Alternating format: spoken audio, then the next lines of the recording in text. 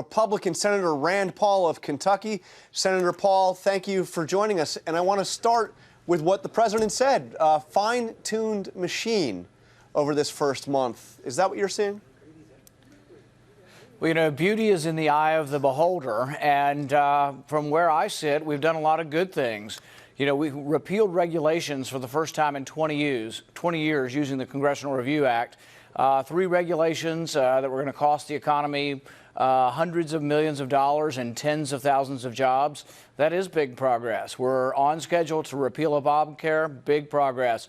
His cabinet picks, from a conservative point of view, have exceeded my expectations. I think Scott Pruitt's going to be great at EPA. I think we're really going to do some conservative things. Supreme Court Justice, somebody I could have picked. So I'm actually very, very pleased with where we are. Now, part of the kind of chaos theory stems from the president's words, what he said. I want to play something he said last night at his rally. You look at what's happening last night in Sweden. Sweden. Who would believe this? Sweden. They took in large numbers. They're having problems like they never thought possible. Now, that was in a riff where he was talking about terror attacks. So we scrubbed the record, scrubbed news reports out of Sweden. Do you have any idea what he was talking about?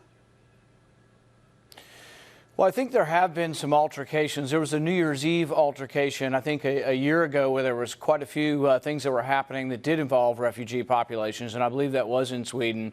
But, you know, I think that anybody who thinks that it's been seamless and no bumps in the road in Germany with allowing 1 million people to come in, no, I think there have been problems. And I think there are legitimate concerns that get sloughed over here. For example, World War I, World War II, immigration came to a grinding halt in our country during these wars. And the question I ask is, if someone wants to come from Aleppo tomorrow, how do you know who they are? There's almost nothing left in Aleppo. I don't know that there's paperwork. I don't know that you can ask people in Syria, where there is a dysfunctional government, to give you the legitimate paperwork on people. So I think it is very, very difficult to vet people from there, Yemen, Sudan, all of these places that are engaged in war. I think those are legitimate concerns for our national security. But Senator, I'm asking you about what the president said at his rally. He said what is happening last night in Sweden. We heard from the former prime minister of Sweden, who tweeted after that, Sweden, terror attack? What has he been smoking? Questions abound.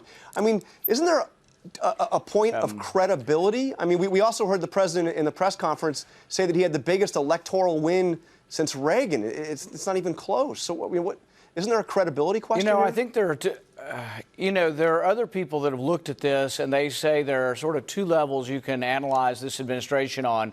One, words and Twitter, and other on actions. And I tend to look at the actions. And like I say, I have my quibbles here and there with things that are said, and yet I'm really pleased that we repealed a regulation that was going to be very, very damaging to my state. The regulation, I went to the White House this week to see him sign. The repeal would have cost 77,000 jobs in the coal industry. So I'm very, very happy. That would have never happened probably under half a dozen other Republican nominees. So, I mean, not everyone is perfect, but I think there's a lot of good things, and we shouldn't lose sight of the good things from a conservative point of view of what's happening in Washington. No doubt. But I want to play something that you said a year ago, January. Now, obviously, at this point, you were running against Donald Trump. So you were in a different position. But I want to play something you said on the nightly show with Larry Wilmore. What worries me most about Trump, other than all the other crazy things, is that I believe that he wants power. And I believe, from my point of view, that power corrupts, and that the whole purpose of our founding fathers and our country was to contain power. So when you listen to the press conference on Thursday, and when you hear his attacks on the judiciary, and you hear his attacks on the press, do you still have any of those concerns? You know, I have a great deal of concern for any president and the amount of power they accumulate versus Congress. So I'm a stickler about the idea of separation of powers.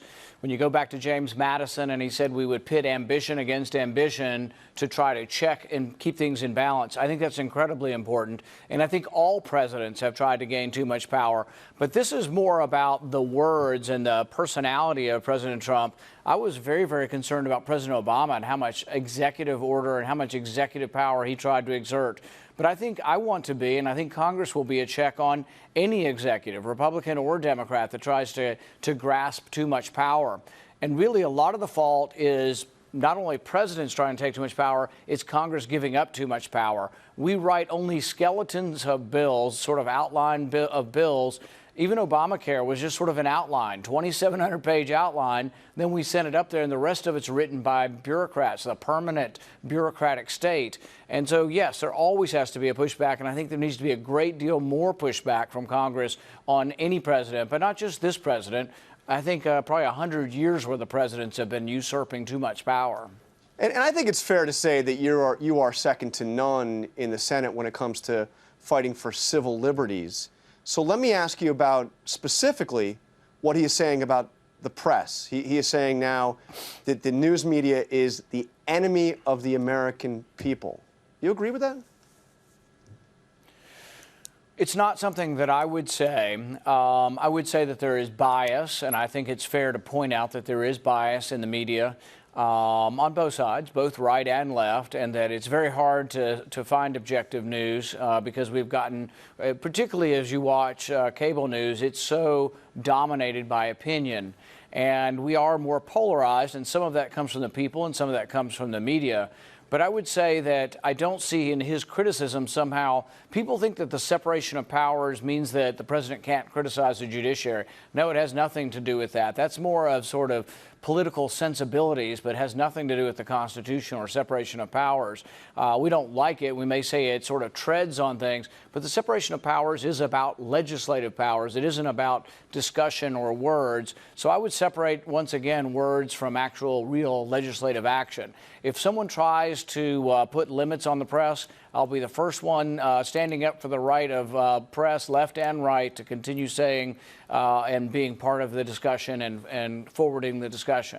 What would you make of McCain's statement that we're creeping towards a situation where people are potentially supportive of dictatorship in this country? Is that over the top, or is there a concern? I think Senator McCain's perspective is colored by his disagreements with President Trump on foreign policy. If I were to look at foreign policy, I would say John McCain's been wrong on just about everything over the last 4 decades. He advocated for the Iraq War, which I think destabilized the Middle East. If you look at the map, there's probably at least 6 different countries where John McCain has advocated for having U.S. boots on the ground.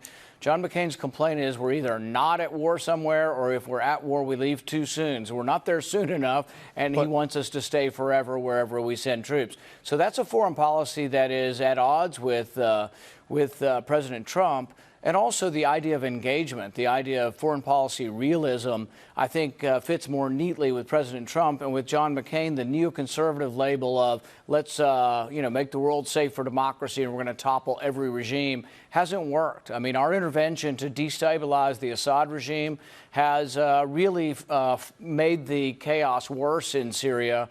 And if you were to get rid of Assad today, I would actually worry about the 2 million Christians that are protected by Assad.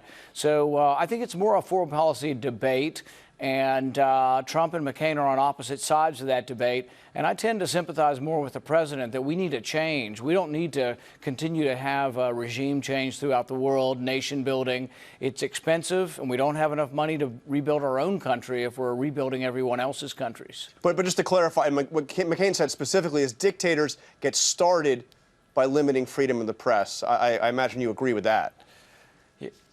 Well, the thing is I don't agree with his analysis and applying that to the president. I haven't seen any legislation coming forward that wants to limit the press. I see President Trump expressing his opinion rather forceful in his own, his own distinct way. But I see no evidence that anybody's putting forward any kind of legislation to limit the press. Okay. So I think people, this is colored by John McCain's disagreement with President Trump. It all is. Everything that he says about the president is colored by his own personal dispute he's got running with President Trump. And it should be taken with a grain of salt because John McCain's the guy that's advocated for war everywhere. He would bankrupt the nation. And actually, we're very lucky John McCain's not in charge because I think we'd be in perpetual war. He certainly did talk about changing the libel laws during the campaign. I want to turn to the firing of Michael Flynn. One of the candidates that the White House is now talking about as a possible replacement is John Bolton. Now, you adamantly opposed him when he was up for confirmation for another position. This obviously does not require confirmation, but would you have concerns about John Bolton as National Security Advisor? Yeah, I think the problem with John Bolton is he disagrees with President Trump's foreign policy. He would be closer to John McCain's foreign policy. John Bolton still believes the Iraq War was a good idea. He still believes that regime change is a good idea. He still believes that nation building is a good idea. So, no, I think John Bolton would be much closer to McCain than Trump. And I think that his history of sort of acting on his own, my fear is that secret wars would be developing around the globe. And so, no, I think he'd be a bad choice. Okay, let's turn to Obamacare. You tweeted back in January that the president, quote, fully supports my plan to replace Obamacare the same day we repeal it. We've heard some mixed signals out of the White House. Are you still confident that that's the case, that he fully supports your plan? Yes, I've discussed this with the vice president. I've discussed this with Congressman Price, or now Secretary Price. I think we need to do repeal and replace on the same day, but I think we need to do complete repeal. My worry now is that many people are talking about a partial repeal of Obamacare.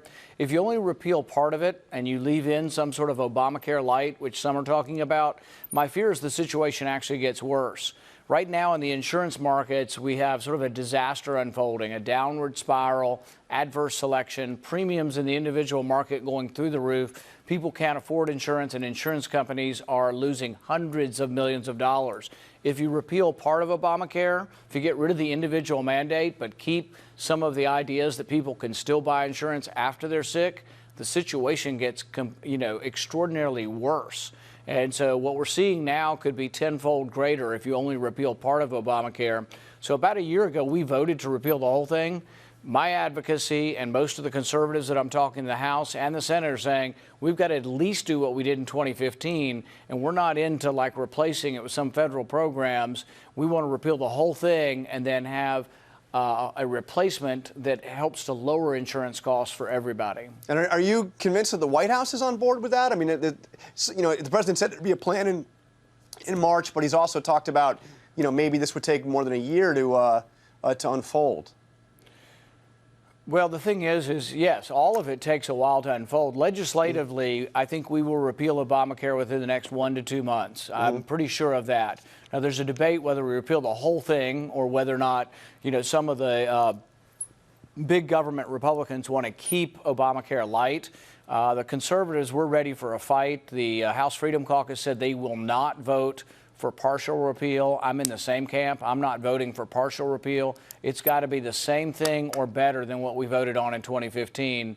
And so there is going to be a discussion over how much we repeal, but I do believe it is repealed in the next 1 to 2 months.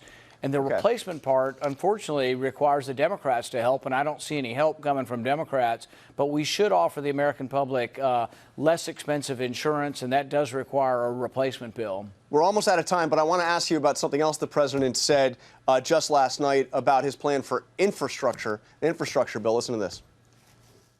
We need members of both parties to join hands and work with us to pass a $1 trillion infrastructure plan to build new roads and bridges and airports and tunnels and highways and railways all across our great nation.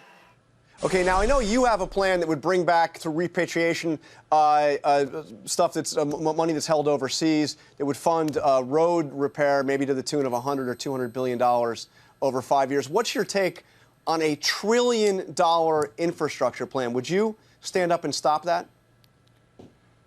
I think we have to debate the amount, but I am for rebuilding our infrastructure, and I have a bill that would encourage the American profit overseas to come home. There's about $2 trillion overseas, and I have a bipartisan bill that I will try to present to the president that I think will help in this method, but we have to pay for it. I'm not for borrowing the money, but I'm open to listening to what he has planned. I'm also wanting to offer some ideas I have for taking the repatriation money and putting it directly into a road fund. But $1 trillion borrowed, you're not on board.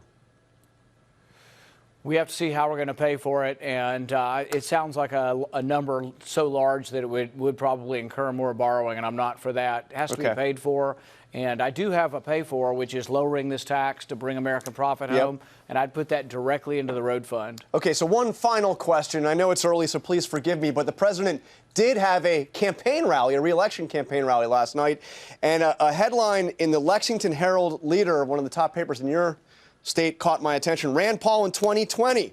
He's showing that independent streak again. So tell me, Senator Paul, do you rule out running against Donald Trump in the Republican primary in 2020? Yeah, I have no intention of doing that. My goal right now is to actually help him. He's a Republican president. He's doing a lot of things that conservatives are for, I'm for. And so my goal is to help Kentucky by repealing regulations that are killing our coal industry. And I think on that, we're very much allied. All right, Senator Rand Paul, we'll ask you that question in a little while.